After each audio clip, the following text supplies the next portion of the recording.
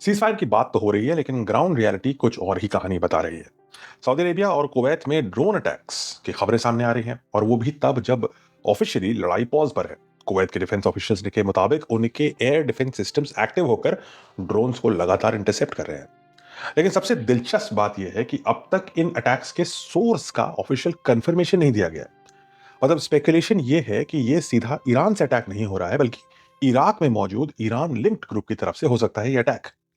इसकी भी कोई ऑफिशियल कन्फर्मेशन तो वैसे नहीं है, लेकिन असली इंपैक्ट अब सामने आ रहा है। सीज़फायर के बाद हुए हमलों में गल्फ रीजन की एनर्जी इंफ्रास्ट्रक्चर को भारी डैमेज हुआ है। सऊदी अरेबिया के एनर्जी मिनिस्टर के अनुसार अटैक्स ने ऑयल, गैस, रिफाइनरिंग और बिजली की फैसिलिटीज को टारगेट किया था।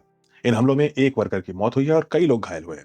सबसे बड़ा झटका जो लगा है वो है ईस्ट वेस्ट पाइपलाइन पर, जिससे लगभग 7 lakh barrel per day oil का फ्लो रुक गया है। इसके अलावा मनीफा और खुराइस ऑयल फील्ड्स पर हमले में लगभग 6 लाख बैरल्स पर डे का प्रोडक्शन घटा है। यानी कुल मिलाकर 1.3 million 13 lakh barrels per day oil market से बाहर हो चुका है।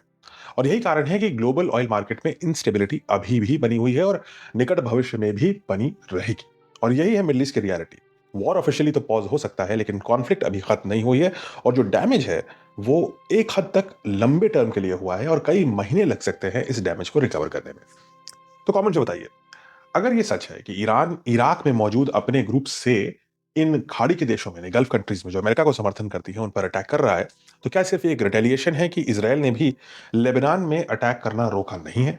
क्या ये जस्टिफाइड है कि अगर आप हमारे समर्थकों को मारोगे, तो हम अपने समर्थकों का इस्तेमाल करके आपके दोस्तों के ऊपर हमला करेंगे?